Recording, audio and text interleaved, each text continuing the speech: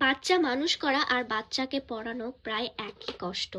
So কালকে আমাদের রেহাফ house স্কুলে একটা ফুড ফেস্টিভ্যাল হবে, সেই উপলক্ষে আমি এখন একটা স্টল দেব, মিষ্টির স্টল। তোমরা এই পিকচারগুলো দেখে বুঝতেই পারছো যে কিসের স্টল বসবে। আর এখানে আমি এখন সব কালার টালার নিয়ে বসেছি। এই যে পেজটা দেখেছো, এখানে এখন যে মিষ্টির দোকানে কি কি মিষ্টি পাওয়া যাবে সেই চার্ট, সেই লিস্ট এখানে বানানো হবে। সো চলো জিনিসটা তৈরি করা যাক। মোটামুটি আমি একটা যে আর্ট পেপার আছে সেটা হাফ করে নিয়েছি, বাট আমার এত বড় পেপার লাগবে না, এটা এখন আমাকে কাটতে হবে। আর এই কালারগুলো আমি আমার ফোন দিয়ে পিকচার তুলে দেন আমি এগুলো কালারিং প্রিন্ট করেছি, প্লাস এডিটিংও করেছি। বেশ সুন্দর কিন্তু এগুলো। এখন এই নামগুলো কিন্তু আমি বড় বড় করে দিয়েছি যাতে বাচ্চারা ইজি এটা পড়তে পারে। এখানে প্রাইসটাও আমাকে লিখতে হবে যাতে বাচ্চারা সহজে এগুলো চিনতে পারে আর কিনতে পারে। ফার্স্টে আমাকে পেজটা কাটতে হবে সুন্দর করে। এই পেজগুলো কাটতে যা প্রবলেম হয় না, খুব আলতো হাতে কাটতে হয়, নাহলে এদিক ওদিক গেলে পুরো 12টা বেজে যাবে।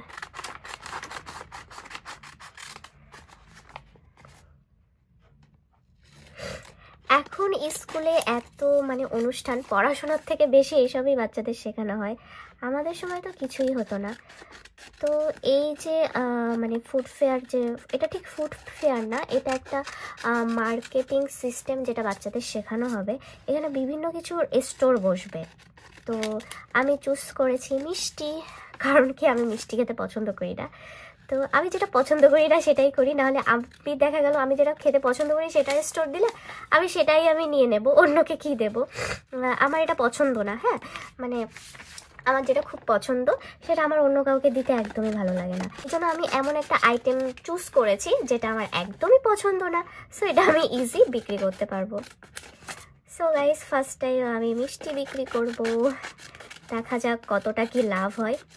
লাভ থেকে সব থেকে বেশি ইম্পর্টেন্ট যেটা আমার কাছে সেটা হচ্ছে এই যে ছোট ছোট বাচ্চাদের মার্কেটিং সিস্টেমটা শেখানো, এটাই হচ্ছে সব থেকে মেন।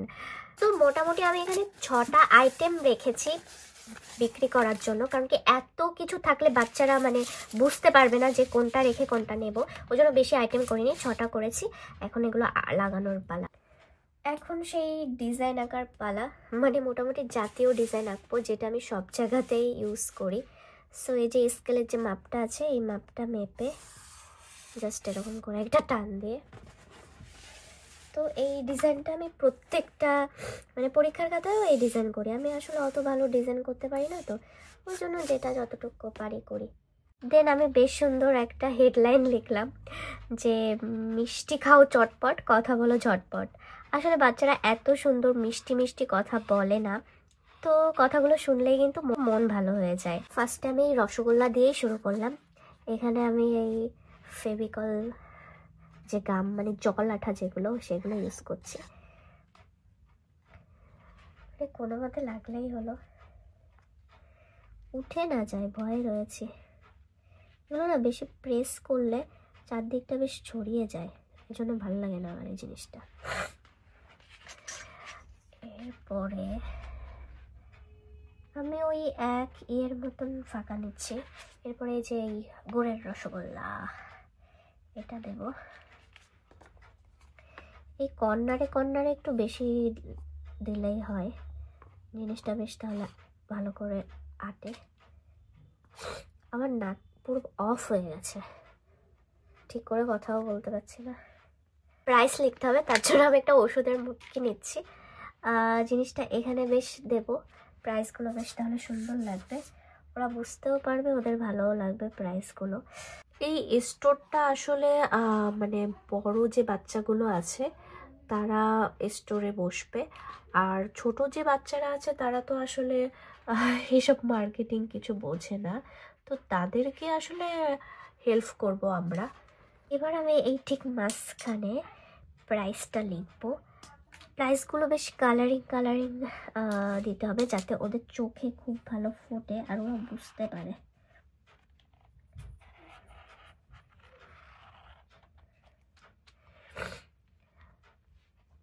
আসলে বাচ্চা তো, এতে ওরা অঙ্কটাও বুঝতে পারবে, প্লাস কোনো দোকানে যেয়ে ওরা ইজি কেনাকাটি করতে পারবে। এবার প্রাইস লেখার পালা। তো আমি এখানে বেশিরভাগ প্রাইসগুলো 10 টাকা করে রাখছি।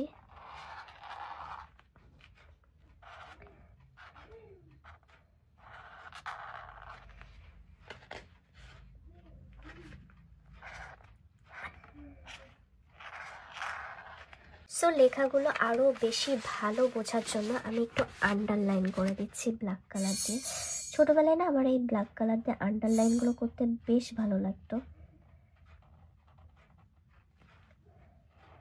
আর জিনিসটা কিন্তু দেখতেও বেশ সুন্দর লাগছে। বাচ্চারা সহজে বুঝতে পারবে যে প্রাইসটা কত। যদিও আমি সব কিছু প্রাইস 10ই রেখেছি। আমার ফুড স্টলের জন্য মোটামুটি সব কিছুই নেওয়া হয়ে গেছে। তো এখানে দেখো আমি দেখাচ্ছি কী কী মিষ্টি নিয়েছি। আসলে সবগুলো খুব ভালো করে সিল করা, এই জন্য তোমাদেরকে দেখাতে পাচ্ছি না।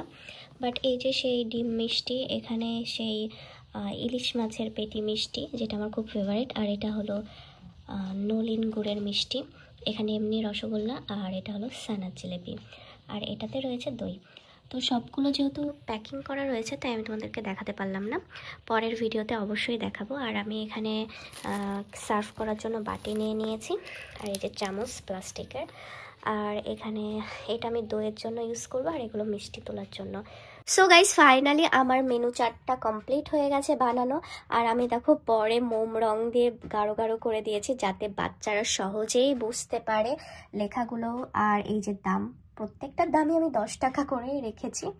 তো তোমাদের আজকের ভিডিওটা কেমন লাগলো অবশ্যই কিন্তু কমেন্টে জানিও, আর যদি ভালো লেগে থাকে তাহলে লাইক আর শেয়ার করতে কিন্তু একদমই ভুলবে না। তাহলে আজকের মতন এই পর্যন্তই, আবার দেখা হচ্ছে নতুন ভিডিওতে। Bye bye.